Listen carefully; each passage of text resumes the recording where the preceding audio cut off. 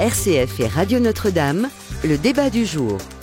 Il est 9h10, le débat du jour ce matin avec Clotilde Brosselet, bonjour. Bonjour Pierre-Hugues. Éditrice, essayiste, François Morinière, bonjour. Bonjour. Président du directoire du groupe Bayard et président des entretiens de Valpré. D'ailleurs, on en parlera à la fin de ce débat, mais au programme aujourd'hui, Louis Dauphren. On va commencer par parler des violences sexuelles, le dispositif que l'Église doit mettre en place, qui devait être annoncé à Lourdes pour la conférence des évêques de France, par la conférence des évêques de France lors de l'assemblée plénière de Lourdes, et qui finalement a été reporté à celle du mois de mars, à l'assemblée du mois de mars, pour se donner du temps et savoir exactement sur quelle structure ils pourront donc se prononcer, la structure la plus adéquate pour héberger les victimes majeures de violences sexuelles et d'abus. Voilà, ce sera le premier sujet. Eh bien, vous pouvez réagir par mail à tout moment, direct@rcf.fr, direct@radionotre-dame.com, réagir à tout ce qui se dit autour de cette table, c'est le débat du jour.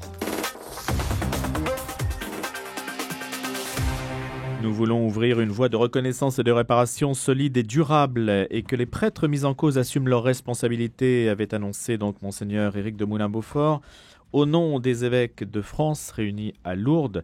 Et donc il y a une structure qui doit émerger pour les victimes majeures, mais celle-ci donc n'a pas été rendue publique puisque les évêques se donnent du temps pour préciser les points qui restent incertains. C'est ce qui a également été précisé à l'issue de l'assemblée plénière d'automne de la CEF, dont on vous parlait déjà donc la semaine dernière.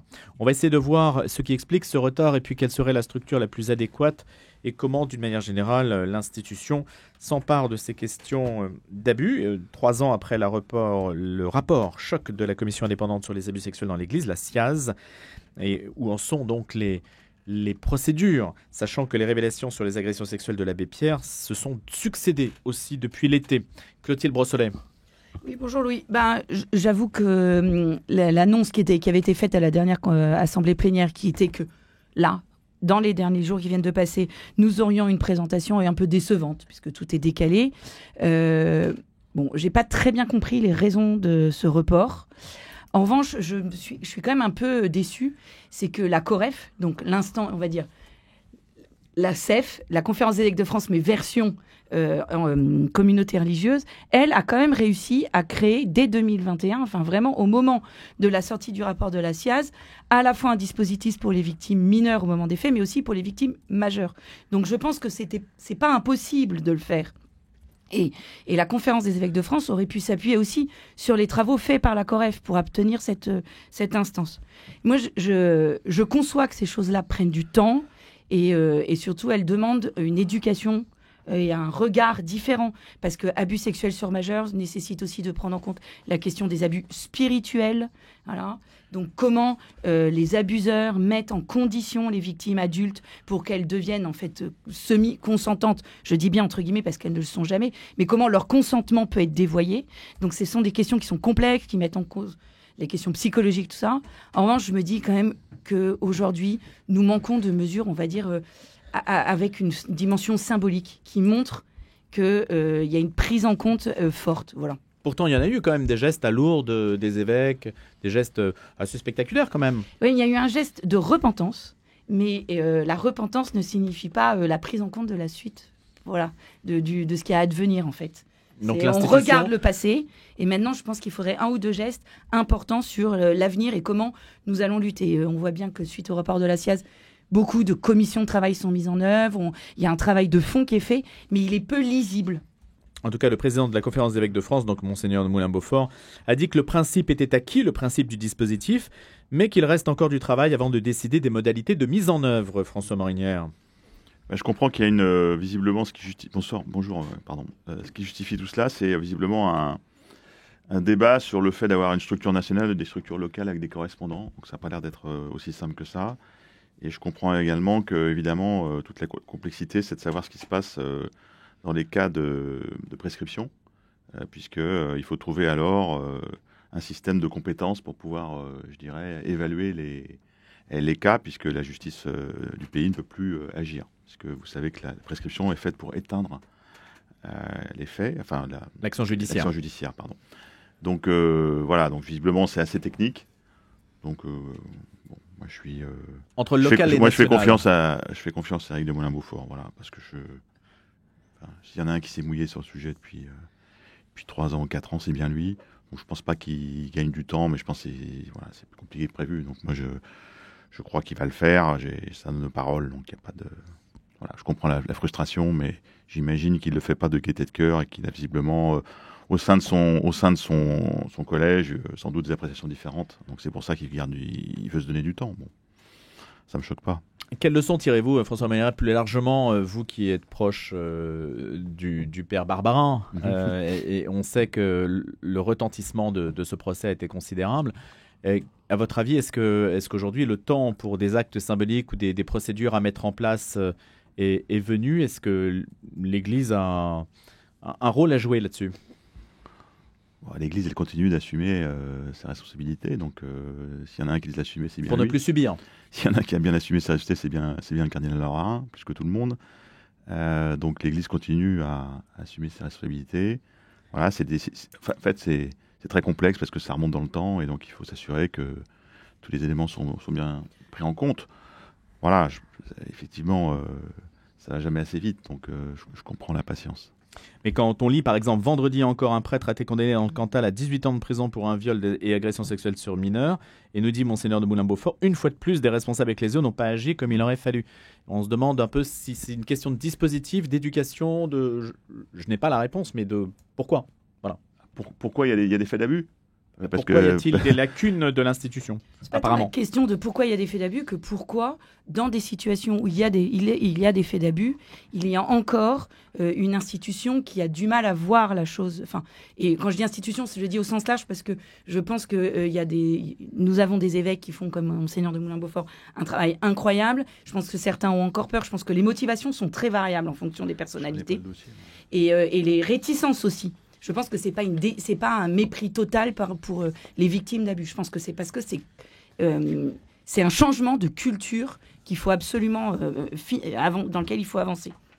Mais on le voit là. Je connais bien les situations à Orléans. La condamnation du père de Citivo, c'est monstrueux ce qui s'est passé avec le père de Citivo. Il y avait 4 victimes au tribunal, mais il y en a plein d'autres qui n'étaient pas prêtes à ce moment-là à porter plainte. Quand on regarde l'histoire Alors, victimes majeures ? Non, mineures sur ce coup-là. Parce que là, on est sur les majeurs. Voilà, mais mineurs. Mais on voit bien qu'aujourd'hui, les vicaires généraux de l'époque qui ont couvert, qui ont couvert, c'est un peu dur de dire ça, mais qui n'ont pas pris les mesures adéquates, sont aujourd'hui à des postes à responsabilité. Ils sont évêques. Et donc, je pense qu'aussi, il y a ces questions-là. C'est-à-dire, comment, quand aujourd'hui, on est évêque, on a la responsabilité de traiter ces questions-là et qu'on sait qu'on n'a pas su les traiter correctement auparavant, je pense que c'est difficile d'y aller. Alors, la question des majeurs, elle est encore plus complexe parce que la victime mineure, une fois que les faits sont prouvés, on part du principe qu'il n'y a absolument pas consentement, qu'il n'y a pas d'ambiguïté, beaucoup plus facilement. Pour les majeurs, c'est quand même complexe. Et alors moi, je trouve qu'il y a aussi des sujets qui sont pas traités. C'est que là, c'est sorti dans un thread sur ex-Twitter, mais moi, je connais ça. Un fil, c'est-à-dire qu'il y a quelqu'un qui a publié plusieurs tweets. C'est la question aussi des victimes majeures, des congrégations religieuses, quand elles sortent. C'est-à-dire qu'en fait, il y a ça aussi. C'est-à-dire que c'est un sujet avec de multiples composantes. Donc là, vous ne parlez pas seulement, Clotilde, des violences sexuelles, mais plus largement de tout type d'abus. Et le point que vous mentionnez là est peut-être un petit peu différent. Là. Il est un peu différent, mais il est souvent associé à des abus sexuels. Hein. Que fait-on des religieuses, religieux qui sortent des couvents? C'est ça que vous dites ? Exactement. C'est ça. C'est-à-dire que on voit bien qu'aujourd'hui... C'est ça que je veux dire. Je suis désolée pour les auditeurs, je suis un peu embrouillée ce matin. Mais la question des abus soulève toute une série de questions, mais quasiment sans fin. Et là, justement, ce qui est sorti encore ce week-end, c'est la difficulté pour des victimes d'abus spirituels et souvent associés sexuels, qui sont dans des communautés religieuses, de sortir de ces communautés religieuses dans l'environnement dont elles ont été victimes, et pour se reconstruire. Il y a ça aussi qu'il faut prendre en compte. Donc en fait, c'est vraiment un sujet énorme qui demande un changement de culture, de mentalité, et je pense qu'on n'en est qu'aux prémices, en fait. Le travail est encore immense. En tout cas, c'est plus difficile pour les majeurs que pour les mineurs, estimez-vous, parce qu'il y a un flou, la notion d'emprise est plus déterminante dans le cas des victimes, dont il est impossible d'ailleurs de chiffrer le nombre, nous dit-on. Disons que c'est ce que disait Madame, la question du majeur, c'est de savoir quelles étaient les notions de rapport entre les personnes. Est-ce qu'il y avait, quelle était la contrainte de liberté qui pesait par rapport à une personne qui est censée s'autodéterminer. Donc ça mérite une enquête plus approfondie. C'est pour ça qu'aussi, je pense, ces dossiers qui prennent plus de temps. Alors évidemment, ce seront des mots qui seront toujours inacceptables pour les victimes. Donc le problème, c'est qu'on on essaie de trouver des processus, des solutions, etc., sur des sujets qui sont extrêmement violents, extrêmement destructeurs. Et donc c'est toute la difficulté du sujet. Quelle place pour la justice de l'Église versus la justice républicaine ? Je m'explicite, la justice républicaine va faire son travail, il y a parfois des plaintes qui sont déposées, puis il y a toute la question de la justice de l'Église. On peut considérer que c'est moralement, d'un point de vue ecclésial, très choquant d'avoir un prêtre qui fait telle ou telle agression, y compris sur une religieuse qui est consentante. On peut quand même avoir un jugement moral aussi. Est-ce que l'Église n'a pas aussi un jugement moral à avoir ? Je pose une question tout à fait ouverte. Je ne sais pas si l'Église a un jugement moral sur l'agissement de personnes qui sont consentantes ou pas. Enfin, si vous voulez, à ce moment-là, s'il faut que l'Église ait un jugement moral sur toutes ces ouailles, ça va être compliqué quand même, parce que je pense que même sur ces clercs... on lui en demande trop. Si vous voulez, le péché est partout, donc faut pas rêver. Je veux dire, Saint-Pierre a trahi, Saint-Paul était l'ennemi d'Église. Enfin, je veux dire, vous avez des exemples très, très clairs dans toute l'histoire de l'Église où voilà, le mal, le diable est très présent. Donc après, se poser en position de jugement moral. Après, il y a des normes canoniques, c'est différent, vous voyez. Le jugement moral, moi, ça me fait un peu peur. Après, il y a des normes canoniques, il y a des choses, il y a des obligations qui revenir sont... au dogme, revenir à Dieu. Pas au dogme, mais aux règles, Oui. si vous voulez, qui font que quand vous devenez prêtre, vous prenez un certain nombre d'obligations, et quand vous les bafouez, vous êtes condamné, et il y a des normes très claires là-dessus, des normes canoniques qui existent, et c'est pas du jugement moral, c'est de l'objectivité. Vous voyez ce que je veux dire ? Je pense que chaque fois, ce qu'il faut, c'est remettre de l'objectivité dans le jugement.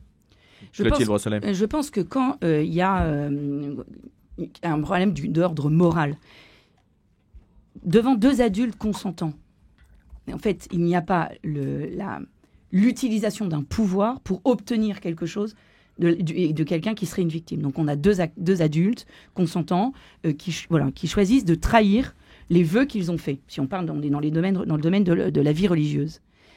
Cela peut poser la question de est-ce que cet acte, dans le temps, répété, assumé, remet en cause la vocation religieuse profondément, ou est-ce que c'est un moment d'égarement, une erreur dans un parcours de vie, voilà. Donc là, il y a besoin d'énormément, on va dire, de discernement et d'accompagnement. Et on le voit, c'est un sujet aussi qui a été soulevé à l'Assemblée plénière. C'est comment accompagner les prêtres. Alors là, on est dans le domaine séculier, mais aussi dans le domaine religieux.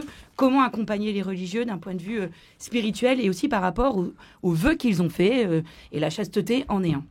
Et c'est vrai donc associé au célibat pour une partie d'entre eux. Clotilde, vous mentionnez cette charte pour l'accompagnement spirituel qui a été éditée par les évêques, avec l'idée étant de s'engager à publier pour chaque diocèse de France au cours de l'année 2025 une charte spécifique diocésaine pour l'accompagnement spirituel. Il y a la même chose qui existe comme document de référence pour la confession. Quand on lit ce document qui est disponible sur le site de la Conférence des évêques de France, on se dit c'est étonnant qu'il n'existe pas déjà. Ah on est d'accord. C'est bien. Heureusement, maintenant il est là, on ne peut plus s'en passer. Mais je voudrais finir, c'est que quand il y a abus spirituel et sexuel, il y a une victime.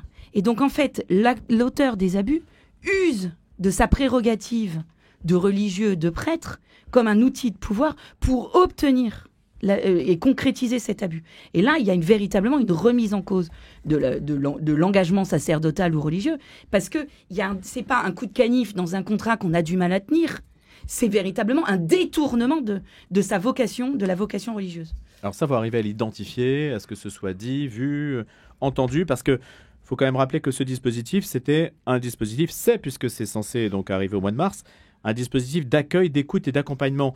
Mais quand on lit ces trois mots, accueil, écoute et accompagnement, on ne se dit pas que c'est quelque chose de difficile à mettre en place en soi. L'accueil, l'écoute et l'accompagnement, l'Église est quand même experte normalement dans ce domaine-là, François Morinière, non ? Enfin, je pense que quand on... Qu'est-ce qui est compliqué ? Pardonnez ma question béatienne. Non, mais je pense que quand on est confronté à ce genre d'appel au secours ou de besoin d'aide, je pense qu'il faut former les gens en face des personnes, parce que ça ne se fait pas n'importe comment. Il y a eu beaucoup de maladresses commises avec des gens plein de bonne volonté. Et donc je pense que ça se fait de manière organisée, documenté. Et je pense que justement, c'est pas juste la charité, le pardon en bandoulière qui fait que mon pauvre monsieur, ma pauvre madame. Enfin, si vous voulez, c'est bien plus profond. Ça demande des ressources psychologiques. Ça demande une façon de faire parler la personne. Ça demande d'enquêter sur les dires pour savoir si les éléments sont bien établis. Enfin voilà, je pense que c'est. Et si ça prend du retard, c'est peut-être à cause de ça. Bah oui, voilà. Les mots accueil, écoute, accompagnement, on les entend facilement, voilà, mais dans la réalisation, c'est compliqué. Franchement, je crois pas que. Je fais pas de procès d'intention. Je crois pas qu'il y a derrière ça une envie de pousser la balle et de dire de toute façon on verra ça plus tard. Je pense que c'est réellement assez complexe et voilà. Dans ce processus, il ne s'agit pas de se substituer à la justice. Le premier chemin doit être celui de la justice républicaine. C'est ce qui est bien précisé, avec également un recours éventuel à la justice canonique. Donc ça, c'est déjà des éléments de compréhension de ce qu'il pourrait émerger. Il s'agirait soit d'instaurer une instance centralisée de type CRR, la Commission de reconnaissance et de réparation, qui s'occupe des congrégations, soit d'avoir un dispositif adossé à des cellules dans les provinces ecclésiastiques qui réunissent plusieurs diocèses. C'est ce que vous disiez tout à l'heure, en fait, sur le local ou le national. Pour le local, il faudrait avoir les moyens de ses ambitions, parce que s'il faut former des gens qui savent vraiment y faire... Après, je pense que derrière ça, il y a la question de la norme entre régions en région diocésaine pour vérifier que on fait les choses de manière cohérente, si vous voulez, et que la cellule qui est à Toulouse ne fait pas différemment de celle qui est à Strasbourg ou celle qui est à Nantes, parce que compte tenu que c'est des sujets qui sont quand même très sensibles et personnels, je pense que la question de la régionalisation des démarches n'est pas idiote, mais ça suppose qu'il y a une norme, une façon de procéder. Je pense qu'il y a toujours la porte ouverte à des compensations financières, mais du coup, comment elles s'en déclenchent. Donc je pense qu'ils hésitent un peu entre ces deux... Oui. En tant que chef d'entreprise, vous miseriez sur le process. Il faut avoir un process clair. Oui, mais un process, c'est très bien. Mais je vous dis, il faut que le process soit suffisamment à la fois souple, parce que vous avez des cas particuliers, mais cohérent, qui fait que j'ai pas de poids de mesure. Et je pense que c'est ça qui les travaille. Après... Les deux solutions ont des avantages et des inconvénients, mais je pense que la question de la norme... Vous n'êtes pas étonné du débat qu'il y a pu y avoir? Non, je pense que c'est très compliqué, je veux dire. Et encore une fois, on est en train de mettre un dispositif qui est donc la justice réparatrice, qui vient donc après l'extinction de la justice civile ou canonique, sachant que je vous rappelle quand même que la prescription s'est faite pour que les peines s'apaisent et que la paix soit restaurée. C'est pour ça qu'il y a la prescription dans le droit français. Parce que sinon... Mais justement, la justice restaurative... Alors, déjà, deux choses. La première, c'est que je comprends que ce soit complexe, mais à partir du moment où la COREF a été capable de le faire, avec non pas en plus une structure plus simple, qui est plus complexe, puisque ce sont des communautés religieuses indépendantes les unes des autres, la COREF a fait un travail. Je pense qu'il y avait moyen de s'appuyer sur les choses. Je pense qu'il y a plus de gens compétents qu'on ne se l'imagine, et on l'a vu au lendemain de la sieste. Mais, en un mot, Clotilde. En un mot, oui. Eh ben, je sais plus ce que je voulais dire. Vous avez coupé l'herbe ce pied. Je suis désolé, nous sommes toujours avec Clotilde Brossolet, éditrice, essayiste. Ouais. François Morinière, président du directoire du groupe Bayard. Le débat continue et on vous entendra juste après les informations.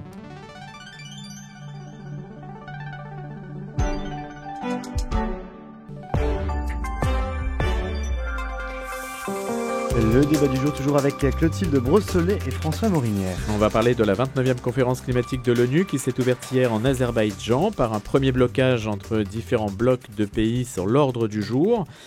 En particulier sur cet enjeu principal de cette COP qui va durer jusqu'au 22 novembre, qui est de fixer un montant de l'aide climatique, le montant de l'aide climatique des États développés pour les pays en développement, afin qu'ils, justement, se développent sans charbon ni pétrole.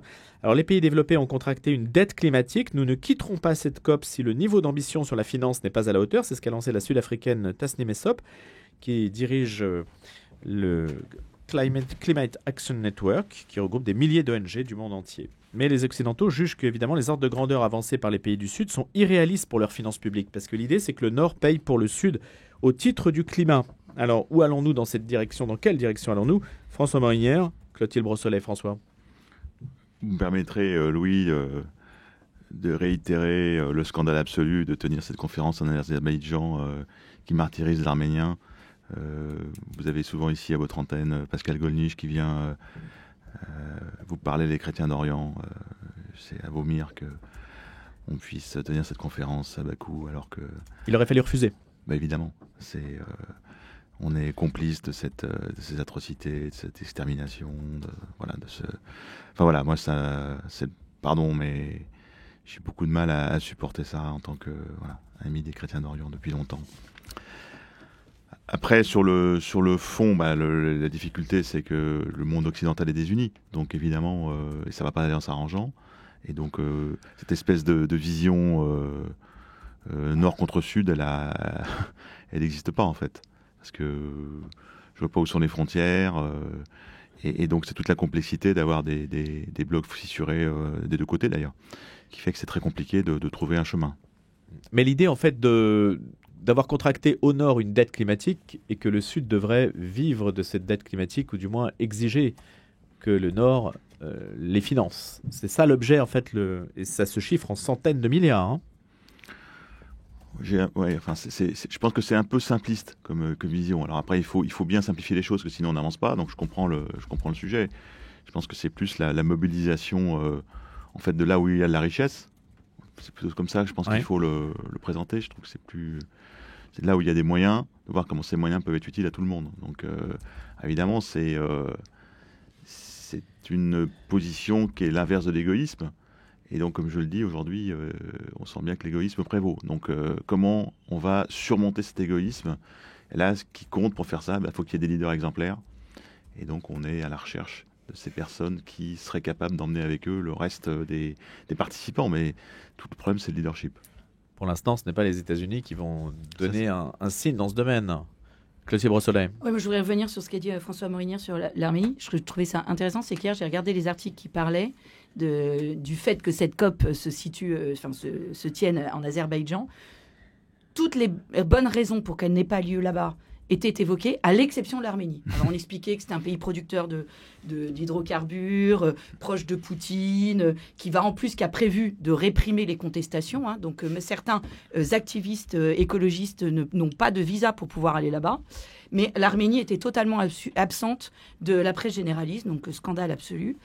Moi, je trouve intéressant parce que c'est vraiment l'âme humaine qui s'y développe. C'est-à-dire que quand il s'agit d'aller à la COP 21 et compagnie pour faire des grands discours, tous nos chefs d'État y vont, font des grands discours, c'est magnifique. Mais maintenant qu'il faut être dans le dur, parce que là, c'est une COP un peu intermédiaire qui est là pour vraiment discuter du montant alloué pour les pays en voie de développement. Là, Emmanuel Macron n'y va pas. Alors, Joe Biden est en position avec peu de pouvoir, puisque maintenant, on connaît le nom de son successeur, n'y va pas non plus. Le chancelier allemand n'y va pas non plus. On peut dire que les trois pays un peu leaders sur ces questions-là sont totalement absents. Mais quand il s'agit d'entrer dans le dur et dans l'argent, il n'y a plus grand monde. Je pense que c'est tout à fait vrai.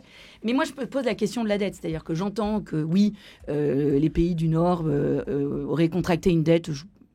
Je n'ai pas assez d'arguments pour contester ça, je dirais. En revanche, ce que je me pose aussi la question, c'est la question, la dette, c'est le passé. D'accord ?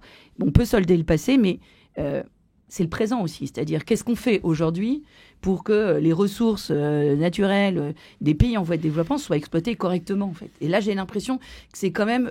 les entreprises sont soumises à des contraintes importantes, certes. Les contraintes aussi liées aux acheteurs. Hein. C'est-à-dire, il y a des gens qui disent « moi, je n'achète plus », les boycotts, tout ça. Mais peut-être que... les COP pourraient prendre aussi des mesures sur ces questions-là. Le travail des enfants, les questions environnementales liées à l'exploitation minière de certains Mais il y a des textes et des chartes, justement, qui existent. Des textes, sur des chartes. Mais déjà, là, on sent que c'est absent du débat. En tout cas, ce n'est pas ce qui remonte dans la presse sur les enjeux. Et je me dis que peut-être parce que finalement, c'est plus intéressant financièrement de solder une dette, et puis de continuer à exploiter très salement les ressources. On parle d'argent, mais pas de la manière de sortir de l'égoïsme. Oui. C'est ça. Alors maintenant, comment faire Peut-être que dans la balance, ça nous reviendrait finalement, nous, pays développés, moins cher de payer notre dette que d'exploiter correctement les ressources. Mais là, normalement, l'Église, sur cette question-là, aurait des choses à dire. Elle le dit, mon cher Louis. Et l'Église dit des choses. Elle dit que c'est pas possible de continuer comme ça. Elle dit que, évidemment, le soutien aux pays au développement est indispensable, ce qu'on fait quand même pas mal. Donc oui, il est bien sûr que l'Église dit des choses, et c'est pas nouveau. Donc elle est pas la seule au monde, si vous voulez. Donc à un moment, quelle est la portée de sa voix ? C'est compliqué dans un moment comme ça. Quel est le domaine où on a besoin le plus de changer de modèle ou de réfléchir à un modèle un modèle autre. Ça dépend où on se situe. Si on se situe à une échelle macro, moi je pense que c'est l'exploitation des ressources minières, voilà, du sous-sol, qui sont génératrices d'exploitation des plus fragiles, de pollution terrible, et puis avec des problèmes géopolitiques et des guerres associées, donc famine et tout ce que... Voilà, l'histoire est pleine de ce genre de choses. Si c'est uniquement du point de vue de nos pays en développement sur nos propres territoires, c'est la question aussi du rapport au vivant, et donc ça va être la question, à mon avis, de l'aménagement du territoire avec la question de l'urbanisation, de l'imperméabilisation des sols. Voilà, qu'est-ce qu'on fait du domaine entre guillemets sauvage, et puis la question de l'agriculture aussi, même si je pense, pour en discuter avec certains, que sur l'agriculture les choses avancent plutôt bien, lentement, mais c'est compliqué, mais avancent. Et puis les églises font des choses. Ce matin, on apprenait que 27 institutions religieuses chrétiennes, dont 2 diocèses français, le diocèse de Nantes et le diocèse de Grenoble, désinvestissaient totalement des énergies fossiles, c'est-à-dire que l'argent qu'elles ont à leur disposition, elles ont désinvesti de Total, de Shell, de BP, etc. Ça, c'est quand même aussi une action qui est à leur portée. Il y a quand même une et puis il y a un petit document quand même sur la financiarisation de l'économie et sur la façon d'investir son argent qui a été produit par le Vatican et le bon Jean-Baptiste de Françu qui explique comment on peut investir et quelles sont les normes. J'allais donner le nom, mais je crois qu'il y a peu de communication là-dessus. Imprononçable. Enfin, je ne saurais pas le prononcer. C'est confidentiel aujourd'hui. Mais Zoram Bonham, le document du Vatican ? Oh bon non, il a été diffusé, il est traduit dans plein de langues, il est facile à lire. Mais est-ce qu'il y a beaucoup d'écho là-dessus ? Est-ce que c'est très... Mais non, mais c'était par rapport à votre remarque en disant qu'est-ce que fait l'Église ? L'Église essaie de s'édicter pour des propres normes qui sont probablement acceptables aussi pour les gens à l'extérieur de l'Église, à minima pour nos moyens, c'est-à-dire les économes, les congrégations, évidemment l'IOR, pour que la façon dont on investit l'argent... L'IOR, la Banque du Vatican. Pardon, la Banque du Vatican, pour qu'il y ait des normes édictées, des conseils donnés pour investir l'argent de manière intelligente et responsable par rapport à l'environnement. Donc c'est quand même un événement significatif. Enfin, pour moi, c'est une pierre significative dans la construction des choses. Ça peut avoir un impact. Ça peut avoir un réel impact. Le problème, si vous voulez, c'est que dans ces histoires-là, si on raisonne un impact par rapport au global, on ne fait plus rien. Parce qu'à ce moment-là, si vous voulez, on dit, alors à quoi ça sert ce matin que je fasse ci Donc oui, l'IOR, la Banque du Vatican, les économes diocésains et toutes les congrégations mis bout à bout, par rapport à l'ensemble de la richesse disponible sur la planète, c'est tout petit. Mais c'est symbolique. Quand je dis ça, vous comprenez-moi bien, c'est quand même des milliards et des milliards. Mais c'est vrai qu'au-delà de ça, le symbole est fort. Donc je pense que c'est quand même un message qui est envoyé par l'Église. On peut poser la question, vous qui nous écoutez, est-ce que justement pour le placement de vos économies, vous tenez compte des supports sur lesquels ces économies sont investies ? Moi je ne suis pas du tout sûr, si on fait un sondage auprès... on va le faire direct à ça sera intéressant que vous nous le disiez. Est-ce que, par exemple, vous savez si vos économies sont... Et puis, c'est quand même ambigu. Par exemple, si on se dit qu'on ne doit pas investir dans les sociétés d'armement, mais... ça a été un débat, ça. L'armement, c'est aussi ce qui protège, donc c'est difficile. C'est mais parfois si on va réversible. aller même plus loin. Même chose pour les énergies fossiles. Les énergies fossiles, Total investit énormément dans la recherche d'énergie propre. Donc, ne plus investir chez Total... Il y a des critères quand même qui sont assez objectifs. Oui, voilà. Mais donc du coup... notamment ces citernes d'armement, il y a eu des débats pour savoir ce qu'il fallait faire. On voit bien que la doctrine a changé depuis 2 ans, parce que quelque part, avec la guerre en Ukraine, tout d'un coup, on s'est dit, finalement, heureusement qu'on a des instruments pour défendre les Ukrainiens. Donc, alors, c'est un peu hypocrite, parce qu'évidemment, on vend beaucoup d'armes en dehors de l'Ukraine, et on leur donne... C'est un commerce extrêmement florissant. Mais c'est vrai que c'est un débat philosophique qui est important. Et le fait qu'on promeuve donc des activités qui sont compatibles avec certains critères éthiques, etc.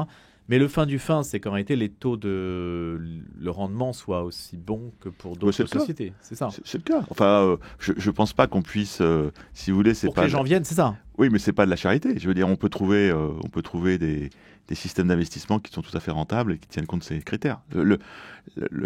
La question du rendement est un faux critère. Je pense vraiment. C'est-à-dire qu'on peut trouver des placements qui fonctionnent et qui sont éthiquement responsables. Donc c'est pas de la charité, c'est pas du mécénat, ça marche. Donc il ne s'agit pas de dire aux gens vous allez perdre vos économies parce que vous en avez besoin pour vos retraites, c'est juste de dire mettez-le au bon endroit, vous aurez des bons rendements et en plus vous ferez du bien, vous ferez moins de mal à la planète. Après, ça marche. Après, François, il y a l'opacité des placements financiers. Ah oui, mais enfin quand même, je peux vous dire que les banques ont fait énormément de travail pour clarifier les choses, notamment les banques françaises. Donc je pense qu'aujourd'hui, il y a beaucoup de produits qui existent, de placements, qui sont certifiés, qui sont fléchés. Et l'Europe est largement en avance par rapport aux États-Unis, par exemple. Donc, comme toujours, on prend les leçons de l'autre côté de l'Atlantique, mais on fait beaucoup plus qu'eux. Donc, franchement, il y a beaucoup de produits qui existent aujourd'hui par des banques françaises qui sont normés, etc. Ça marche. Vous n'écoutez pas BFM Business, on met Non, bien mais RCF et Radio Notre-Dame. Pardon, je suis trop N'hésitez technique. pas. Non, mais n'hésitez pas à réagir par mail direct @radionotre-dame.com avec cette Et vous question. pouvez voir votre effectivement. banquier, lui demander des conseils, il vous dira. Ouais. Est-ce que À les commencer par Jean-Baptiste de François qui pourrait venir. Faut l'inviter parce Ah, qu'il voilà. va me raconter plein de choses. Vous allez Ah, voir. on l'a bien invité, l'invitation est en cours d'ailleurs. Ah bon, bah pour alors le patron de la Banque Non, du mais même Vatican. d'un point de vue Cato, on peut aussi citer Credo Lending, Credo Funding qui fait de la levée Ouais. de fonds, mais Credo Lending, c'est vraiment un système d'investissement par des placements obligataires qui est d'une rentabilité assez incroyable. Parce que moi, je vois bien, autour de moi, je connais plein de gens non Cato qui se disent, c'est rentable et donc en plus, je fais du bien. Mais leur priorité dans leur investissement, c'est d'être rentable. Et ils choisissent Credo Lending. Donc, preuve que c'est possible. Voilà. Donc, rendement, efficacité et soin de la planète, ou en tout cas investissement responsable, ça marche ensemble. C'est le message qui doit passer à l'aune de cette COP29 qui se tient à Bakou en Azerbaïdjan et dont vous avez souligné que déjà dans le principe, se rendre en Azerbaïdjan était déjà problématique. Mais en tout cas, le message que l'on peut dégager de ces débats nous intéresse et on les suit bien sûr tout au long de cette semaine. On va parler à présent du 11 novembre. On va dire un mot sur la mémoire, l'armistice. Vous savez qu'Emmanuel Macron et le Premier ministre britannique ont commémoré hier l'armistice de 1918, 106e anniversaire. Ça s'est passé sur les Champs-Élysées. Les deux dirigeants ont célébré le 120e anniversaire de l'entente cordiale, pour être précis sur ce point-là, entre la France et le Royaume-Uni, signé le 8 avril 1904 pour aplanir les différends coloniaux entre les ennemis héréditaires. Sachant qu'évidemment la situation du Royaume-Uni aujourd'hui est un petit peu différente d'il y a quelques années, depuis le Brexit, et que donc il y a eu un geste et peut-être aussi des intentions à rappeler à l'heure où les témoins évidemment ne sont plus de ce monde pour parler de la guerre de 14, de cette première guerre mondiale qui a tant fait changer le monde, Clotilde Brossolet. Moi, je voudrais témoigner de deux choses. J'habite Nanterre et mon mari était responsable de la collecte du bleuet, donc il est allé regarder sur le site de la mairie quand avait lieu la commémoration. Rien n'était indiqué, donc il y a bien des mairies qui n'en ont rien à faire. Rien n'était indiqué, ni le lieu, rien du tout. Ça n'existait pas. Et à côté de ça, hier matin, j'étais dans mon Berry-Chéry, à Villequier, et petit village, et extraordinaire, une cérémonie toute simple, et la maîtresse avait proposé aux enfants du village de lire, et il y avait 2 enfants, alors ma fille était dedans, parce qu'elle rêvait de faire ça, donc elle s'était portée volontaire, mais il y avait 2 enfants du village de classe de primaire qui avaient été préparés par la maîtresse, et ils se sont répartis ce texte de l'Union française des associations, la LUFAC. Et c'était émouvant de voir de ces 2 petits garçons lire, et avec la sonnerie aux morts, la lecture de tous les morts du village depuis la guerre de 14 jusqu'à aujourd'hui, dans toutes ces guerres. Et voilà, simple, comme quoi on n'est pas obligé de faire des grandes choses avec des grands discours grandiloquents. C'était émouvant. Voilà. 2 poids, voilà, 2 expériences différentes. Et merci au village de Villequier. François Marinière. Alors moi, j'ai une autre expérience municipale, pourtant aussi communiste que Nanterre, et donc à Malakoff. Eh bien, la mairie, depuis très longtemps, fleurit toutes les tombes pour le 2 novembre de tous les anciens combattants du cimetière morts pour la France, ou en tout cas qui ont été anciens combattants, morts ou pas pour la France en tout cas. Et je trouve que c'est un très beau geste parce que du coup, quand on va au cimetière où sont enterrés mes grands-parents et mon père, eh bien, on voit chaque tombe où souvent il n'y a que ça, parce que c'est des gens, peut-être les familles ne sont plus là, etc. Mais chaque ancien combattant est honoré de cette façon par la mairie. Et je pense que la commémoration... je trouve que c'est saisissant le contraste aujourd'hui entre le monde dans lequel on vit et ce qu'on rappelle, c'est-à-dire la solidarité des pays, l'abnégation. Moi, je me souviens, j'étais aussi très frappé, par exemple, par le sacrifice des Néo-Zélandais, des Australiens, à l'autre bout de la planète, quand même, pour l'Europe. Aujourd'hui, ça paraîtrait tellement impensable, alors que tous ces gens sont morts pour... le principe de liberté, etc. Donc je trouve que quand on prend du recul, c'est si important de le faire. Peut-être qu'une lueur d'espoir apparaisse quelque part, parce que... Ce qui a disparu, c'est notre solidarité ? Bah oui. Enfin, en tout cas, elle est beaucoup plus faible. Alors, de l'autre côté, ça marche. Les Nord-Coréens viennent de se battre avec les Russes, mais voilà, on voit bien que dès qu'on a évoqué éventuellement de l'appui terrestre, même de façon très limitée, de façon tactique sur des commandos, etc., c'est un tollé général, en disant il est hors de question qu'on commence à aller faire tuer nos enfants pour l'Ukraine. Alors bon, il y a des avantages et des inconvénients. Je ne dis pas qu'il faut faire une intervention terrestre très très compliquée, mais ça montre en un siècle ce qui était possible de faire il y a un siècle, ce qui est aujourd'hui inenvisageable. Alors bien sûr, le conflit était mondial, c'était notre terre, etc., mais enfin, on a quand même fait venir sur notre terre des gens qui n'avaient rien à voir avec nos pays. Je ne parle pas des Africains, je ne parle pas des Anglais, des Américains, enfin, ils n'étaient pas concernés directement eux-mêmes par la guerre de tranchées entre les Allemands et les Français. Et même le paysan du fin fond de son Béarn était-il concerné par les tranchées dans la Meuse ? Donc, si vous voulez, alors, et je ne défends pas les horreurs de la guerre, qu'on comprenne bien, mais vous voyez, je trouve que c'est quand même assez saisissant, et c'est pour ça qu'il faut le faire, parce que du coup, c'est horrible, mais en conséquence, c'est quelque chose que l'on dit à la jeunesse, je pense. Donc c'est bien de rappeler aussi l'abîme entre les mentalités, et c'est aussi la mémoire en fait se cristallise autour de cette différence qu'il peut y avoir entre les mentalités d'aujourd'hui et celles d'hier. Impressionnant quand même. C'est touchant quand même de se savoir, et ça impose une immense responsabilité, mais de savoir que nous sommes les descendants de ces gens qui parfois, malgré eux, sont allés se battre, auraient préféré tous rester chez eux, cultiver leur terre. Ils sont partis. Mais ils y sont allés. Ils y sont allés. Et la fleur au fusil, comme on sait, pour beaucoup. Et ont donné leur vie, et peut-être sans faire de grands discours. Et avec très peu de mutinerie pendant la guerre de 14. Et puis après, on peut aussi en tirer la conséquence de la folie des hommes qui ont déclenché ces guerres, et aussi qu'est-ce qu'on en retient, qu'est-ce qu'on n'en retient pas. Nous sommes toujours avec Clotilde Brosselet et François Morinière pour le débat du jour. On va parler à présent des entretiens de Valpré qui se tiennent samedi et dimanche prochain. Depuis 2002, ces entretiens rassemblent pendant une journée et demie des chefs d'entreprise, des cadres, des entrepreneurs, des étudiants, pour favoriser l'inspiration, l'échange, l'expérience sur les enjeux de l'économie, de l'entreprise et de la société à la lumière de la pensée sociale chrétienne. Voilà pour la présentation des entretiens de Valpré qui sont présidés par François Morinière qui est avec nous ce matin. 15e édition, semble-t-il, de ces entretiens. 22e. Oui, c'est la 15e. Vous y êtes depuis la 15e, puisque c'est Guylain Lafont qui a passé le relais à ce moment-là. Moi, c'est ma 7e, voilà. Et donc, ça se présente sous le titre « Faire société en entreprise ». C'est vous qui avez choisi ? Alors oui, on travaille avec... Enfin, moi non, pas tout seul, mais un petit donc comité. C'est près de Lyon, je ne l'ai pas précisé. Pardon, oui, c'est à Écully, ça touche Lyon. Donc, petit comité qui choisit des thèmes, et donc on a réfléchi à celui-là, parce qu'en fait... la question qui va être abordée, c'est le champ de ce que l'entreprise doit faire par rapport à la société, puisqu'il est plutôt, on va dire, extensif en ce moment, et que donc la question est de savoir jusqu'où l'entreprise doit s'investir dans l'ensemble des sujets qui concernent, on va dire, au départ son personnel, et qui touchent l'inclusion, qui touchent l'égalité, bien sûr, qui touchent le respect de l'environnement, qui touchent la politique d'investissement. Donc on voit que la politique d'aide à la natalité, avec les crèches que l'entreprise peut payer, enfin, jusqu'où son territoire de responsabilité va, jusqu'où doit-elle aller, et on voit bien que ce rôle-là est un rôle qui en partie se substitue à d'autres faiblesses d'institutions, et que donc comme l'entreprise fonctionne, on lui donne de plus en plus de choses sur les épaules. Parce que c'est un endroit où il y a une communauté, a priori qui travaille ensemble, a priori avec des règles, qui respectent l'autorité, ce qui est aussi assez singulier peut-être dans le monde d'aujourd'hui.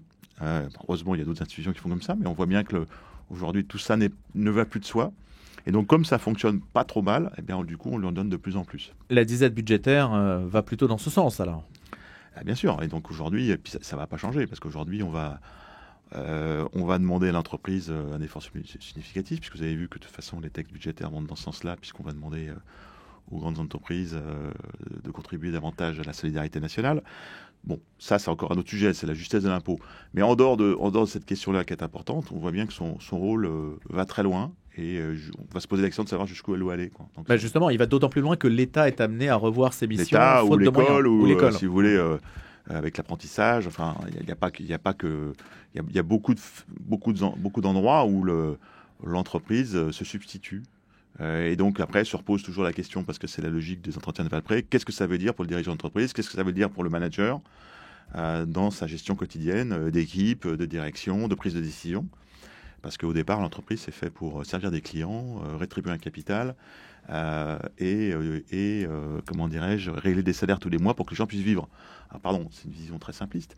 Alors, ce qui est intéressant, c'est qu'on revient à un schéma, quelque part, c'est un écho à un schéma très, très 19e, très paternaliste, où l'entreprise s'occupait de tout. Voilà, on a plein d'exemples en tête. Les Schneider à Creusot, qui géraient la ville et qui s'occupaient de la naissance jusqu'à la mort, parce que le cimetière était aussi construit par les Schneider. Donc, alors ce système-là, il a été battu en brèche en disant que c'était un système qui était contraire à la liberté personnelle. Et puis finalement, alors on n'en est pas là aujourd'hui, mais on revient. Les syndicats ont lutté contre ce système paternaliste. Bien sûr. Et puis aujourd'hui, les syndicats, parfois à juste titre, demandent à l'entreprise de faire toujours davantage. Donc voilà, c'est un vrai débat du moment et les contours sont flous. Et l'idée, c'est d'aider ceux qui viennent à réfléchir avec des grands intervenants. Donc, c'est vendredi et samedi prochain, donc 15 et 16 novembre à Écully. Et on aura des grands patrons, mais des patrons aussi locaux, des philosophes, des sociologues comme Jean Viard, des hommes politiques comme Jean-Louis Borloo, Alexandre Bompard, qui est quand même à la tête du premier employeur français privé, Carrefour, qui viendront nous dire ce qu'ils en pensent et comment ils le vivent surtout. Parce qu'à la fin du compte, à Valprès, aux entretiens de Valprès, on n'est pas tant dans la théorie que dans la pratique. C'est-à-dire comment concrètement je repars de là avec des idées. Voilà, c'est un peu ça le... Il y a des écoles qui s'affrontent ou échangent un peu durement sur le sujet en disant bah non, attendez, une entreprise c'est d'abord fait pour gagner de l'argent et servir des actionnaires, et puis d'autres qui disent non, l'entreprise c'est d'abord une responsabilité sociale. Je vais pas paraphraser l'année dernière Jean-Dominique Sénard qui avait fait une très belle introduction en expliquant justement qu'il y avait eu une opposition de vision capitaliste entre celui de la France et de l'Allemagne après la guerre, qui était un capitalisme raisonné et responsable, et qui avait été remise en cause à partir des années 80, l'école de Chicago, Milton Friedman, et l'importance du capitalisme, lui, comme rendement pour les actionnaires. Et donc, on voit bien que là, il y a une évolution, et on essaye de revenir à un point médian. L'école française existe-t-elle encore ? Sénard, voilà. Alors, là, le problème, c'est qu'on a un contre-exemple terrible, c'est Michelin, voilà. Parce que à la fois, il y a eu ce débat sur le salaire décent, que Michelin a lancé, qui est un vrai débat, et puis du coup, Michelin qui licencie. On voit bien les contradictions du modèle et les limites. Pour moi, c'est un moment difficile parce que je pense que Michelin est une des entreprises qui incarne quand même pas mal ça, mais qui se retrouve confrontée à des difficultés économiques. Ou de même le modèle Auchan. Pour des raisons énergétiques. Oui, bien sûr. Puis aussi le modèle Auchan Mullier, qui était un modèle plutôt dans lequel les salariés étaient impliqués d'entreprise, d'actionnaires, etc., et qui se retrouve en situation de crise. Donc on voit bien que l'équilibre n'est pas facile. Clotilde Brossolet. Oui, mais je trouve que c'est intéressant comme sujet parce que pendant longtemps, on a dit, et encore, les jeunes générations, attention, je ne m'investis pas dans l'entreprise, et comme si l'entreprise ne pouvait pas être un lieu de vie. Elle est un lieu de vie, on y passe beaucoup de temps, quasiment un tiers de notre temps, et comment on conçoit ce lieu de vie pour qu'il respecte à la fois la vie privée, mais qu'il soit en soutien à la vie privée sans l'intérêt, et surtout à la vie professionnelle. Je trouve que c'est... Voilà, j'ai regardé le programme en détail, et je me suis dit... Enfin, j'apprécie les entretiens de Valprès, parce que je trouve que ça permet de retrouver aussi un regard positif sur le monde de l'entreprise, qui est souvent malmené. Voilà. Alors après, avec quand même les angles morts et les difficultés. Mais bon, on ne peut pas tout faire. Non, mais qui est quand même que l'entreprise fait des choses sur le plan sociétal, on va dire, et puis à côté de ça, on n'a jamais eu autant de burn-out, et que donc elle a aussi à balayer devant sa porte, et il ne faut pas l'idéaliser, parce qu'on voit bien que sur des sujets, là, directement de son propre fonctionnement, elle a des failles qui sont de plus en plus fortes. Donc c'est aussi un paradoxe, vous voyez, on est très tourné vers des sujets d'accompagnement en dehors du boulot, on va dire, ou de complémentaire au boulot, et à côté de ça, il y a quand même des endroits où les gens sont beaucoup en souffrance. Donc qu'est-ce qu'on a loupé ? Et puis de quelle entreprise parle-t-on ? Il y a beaucoup d'entreprises en faillite Est-ce que cette se trompe année pas du coup de combat ? Est-ce que le premier combat, c'est d'abord le soin qu'on porte à ses propres salariés avant d'aller voir plus loin, voyez ? Et puis effectivement la taille. On voit bien que les sujets ne sont pas les mêmes en fonction de l'entreprise. Donc c'est tout sauf simple. Les entretiens de Valprès, 22e édition, vendredi, samedi prochain à Écully, près de Lyon. Et c'est François Morinière qui les préside, avec donc quantité d'intervenants qui vont pouvoir s'exprimer sur ce sujet.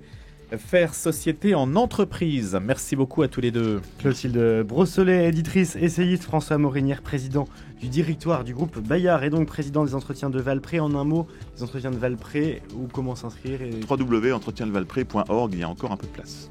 Il faut tout simplement. Allez-y, vite, renseignez-vous, inscrivez-vous plutôt et renseignez-vous. Vous êtes renseignés sur RCF et Radio Notre-Dame, inscrivez-vous à présent. Merci beaucoup à tous les deux. Un grand merci Louis Dauphren pour cette matinale. Merci Pierre-Henri Paget qui réalisait depuis 6h30 le magicien des ondes. Il est derrière sa vitre.